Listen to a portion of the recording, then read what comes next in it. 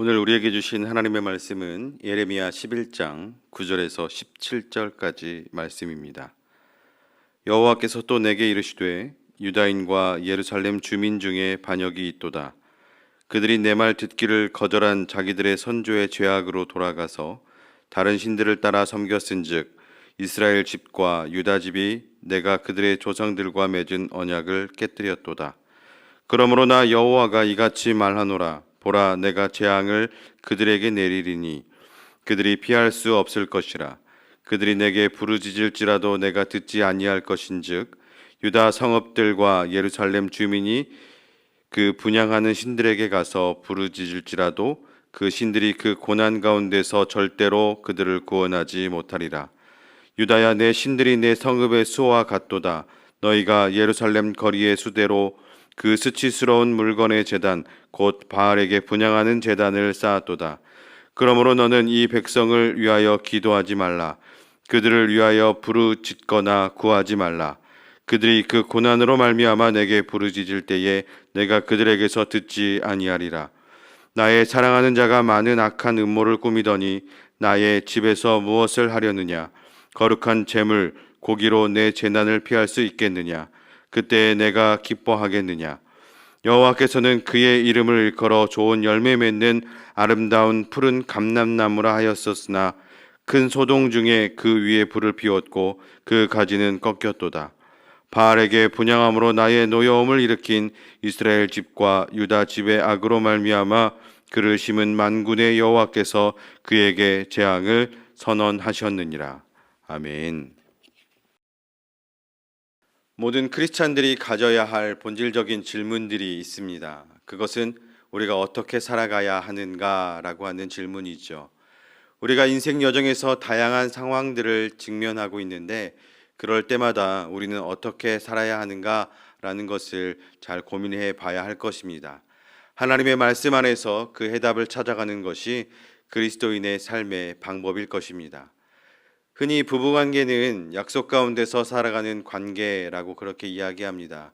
이처럼 하나님과 나의 관계를 생각해 볼 때 부부관계와 닮아 있는 점들이 많이 있다라는 그런 생각이 들게 됩니다. 그 중에서도 바로 언약, 이 약속의 관계 가운데 살아간다는 점이 매우 비슷한 부분이라고 생각됩니다. 하나님은 우리를 자녀 삼으시고 대대손손 복을 주겠다라고 하는 귀한 약속을 우리에게 주셨습니다. 그런데 오늘 10절의 말씀에서 하나님은 그 약속의 주체인 이스라엘 백성들과 유다 백성들이 조상 때부터 맺어온 하나님과의 언약을 깨뜨렸다라고 그렇게 말씀하고 계시는 것이죠. 사랑하는 성도 여러분, 하나님과의 약속이 깨뜨려지게 되면 어떤 결과가 나타나게 될까요? 예레미야서의 여러 곳에서 그 결과에 대한 내용들이 반복되어져 기록되어져 있는 것을 우리는 발견할 수가 있습니다. 먼저 하나님과의 약속, 다시 말해서 나는 하나님으로 믿고 하나님의 말씀에 따라 살겠습니다 라는 이 약속을 깨뜨리게 되면 결국 우리의 삶은 무너져 내릴 수밖에 없다라는 것이죠. 왜냐하면 하나님 대신에 우상을 따라가기 때문에 그 삶의 결말은 멸망일 수밖에 없다는 것입니다. 지금 유다 백성들, 이스라엘 백성들이 이러한 상태에 놓여 있다라고 성경은 이야기합니다. 한번 부부 관계를 생각해 보시기 바랍니다. 서로가 부부가 된다는 것은 서로에 대한 신뢰를 지키고 또 내 남편, 내 아내, 그 외에 어떤 다른 사람과 나는 관계를 하지 않겠다. 이런 서로의 약속을 하고 시작하는 것이 바로 부부 관계가 아니겠습니까? 그런데 남편이든 아내든 다른 사람을 따라갔다라고 생각해 보시기 바랍니다. 그러면 그 가정은 어떻게 되겠습니까? 그 가정은 파탄이 나게 되는 거죠. 그 가족은 무너져 내리고 서로에게 상처만 남게 될 것입니다. 결국 모든 삶이 무너져 내리게 되는 것이죠. 이처럼 하나님과의 관계에서 약속을 깨뜨리면 유다 백성들이 보여줬던 것처럼 우리의 삶도 무너지고 우리의 삶은 상처투성이와 멸망으로 갈 수밖에 없다라는 것입니다. 우리의 인생은 하나님의 약속을 신실하게 지켜서 하나님이 약속해 주신 많은 선물들을 누리며 살아가는 복된 인생이 되어야 될 줄로 믿습니다.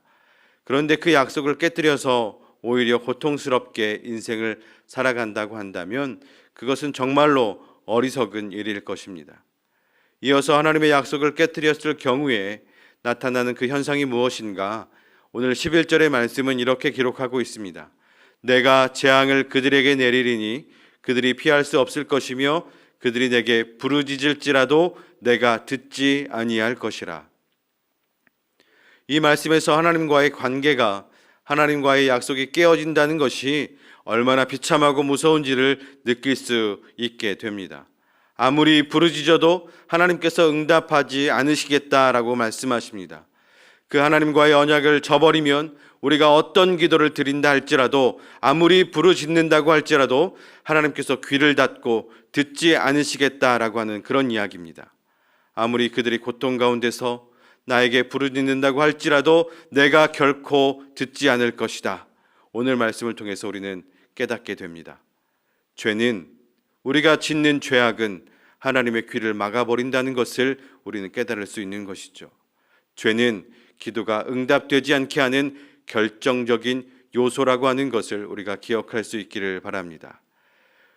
그러므로 우리가 두 가지를 기억했으면 좋겠는데요. 하나는 하나님의 언약을 신실하게 잘 지키며 살아가는 것이고, 또 하나는 잘 기도하고 잘 응답받는 삶을 사는 것이 정말 중요하다라는 것입니다. 사랑하는 믿음의 가족 여러분, 우리가 평생 기도하는 사람으로 살아가게 될 텐데, 이왕 해야 하는 기도라면 응답 잘 받을 수 있는 기도를 드리며 사는 것이 훨씬 좋지 않겠습니까? 그런데 기도에도 응답 없는 기도 생활을 한다? 그러면 이것보다 더 비극적인 삶이 어디에 있겠습니까? 그러므로 우리가 하나님 앞에 기도할 때 기도만큼 중요한 것이 바로 회개의 기도인 것이죠. 혹여 내 기도가 응답되지 못하도록 하는 죄는 없을까? 내가 아무리 금식하며 부르짖어도 하나님의 귀에 들리지 않는 기도가 되게 하는 내 죄가 내 안에는 없을까? 이것을 돌아보며 기도하는 것이 매우 중요한 것일 것입니다. 그래서 우리가 기도할 때 순서가 있다라고 그렇게 이야기하죠. 감사의 기도를 드리고 찬송의 기도를 드리고 회개의 기도를 드리고 간구의 기도를 드리는 그런 순서가 있는 기도를 우리는 드린다고 이야기합니다. 그렇게 기도하는 이유는 다 하나님께 응답받는 기도를 드리기 위해서인 것이죠. 그러므로 우리가 간절한 기도의 제목이 있을 때마다 그것보다 더 심각하게 생각해 보아야 할 것은 내가 하나님께 회개할 기도의 제목은 없는가 하는 것입니다. 하나님의 말씀을 거스르고 있는 것은 없는가? 그것들을 들여다보고 회개하고 기도할 때 하나님의 기도의 응답이 우리에게 일어나게 될 줄로 믿습니다. 마지막으로 오늘 에레미야 11장 16절의 말씀을 보면 하나님이 우리에게 주시는 교훈을 우리는 발견할 수가 있게 되어집니다. 하나님이 이스라엘 백성들에게 대해서 어떻게 생각하고 계신가? 16절의 말씀은 그렇게 이야기합니다. 여호와께서는 그의 이름을 일컬어 좋은 열매를 맺는 아름다운 푸른 감람나무라 하였으나 큰 소동 중에 그 위에 불을 피웠고 그 가지는 꺾였도다 라고 기록하고 있습니다. 좋은 열매를 맺는 아름다운 푸른 감람나무이다.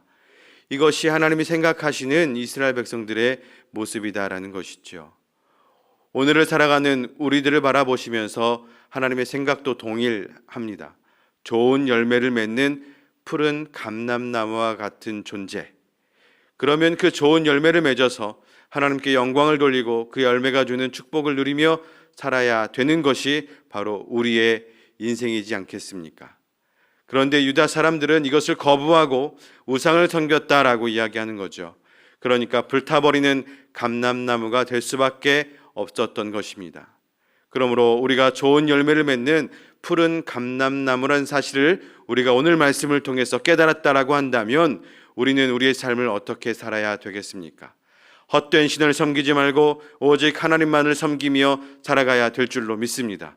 내 멋대로 내가 하고 싶은 대로 사는 인생이 아니라 하나님의 말씀 안에서 그 말씀을 따라 살아가야 하는 인생이 되어져야 하는 것이죠. 사랑하는 믿음의 가족 여러분, 하나님이 우리를 좋은 열매를 맺는 감람나무의 좋은 모습으로 우리를 만들어 주셨습니다. 우리가 하나님만을 예배하고 하나님의 말씀만을 순종하며 살아갈 때 우리의 삶에서 많은 열매가 맺어지게 될 줄로 믿습니다.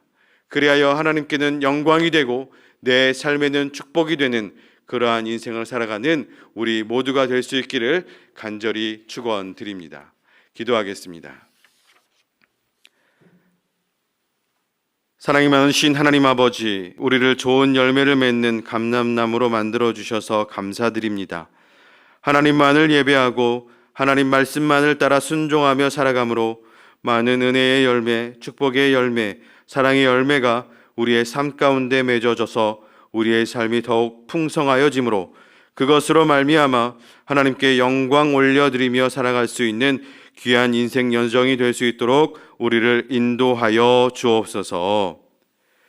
이제는 우리 주 예수 그리스도의 은혜와 하나님의 극진하신 사랑하심과 성령님의 도우시고 돌보시는 귀한 역사가 우리에게 허락되어진 귀한 하루의 인생의 여정이 헛되이 낭비되어지지 아니하고 하나님의 말씀을 따라 하나님의 말씀에 순종하며 살아가겠습니다 다짐하고 결단하는 하나님의 사랑하는 모든 백성들 머리 위에와 주님의 사랑하는 믿음의 가정들 위에 이제로부터 영원까지 함께 하시기를 간절히 축원하옵나이다.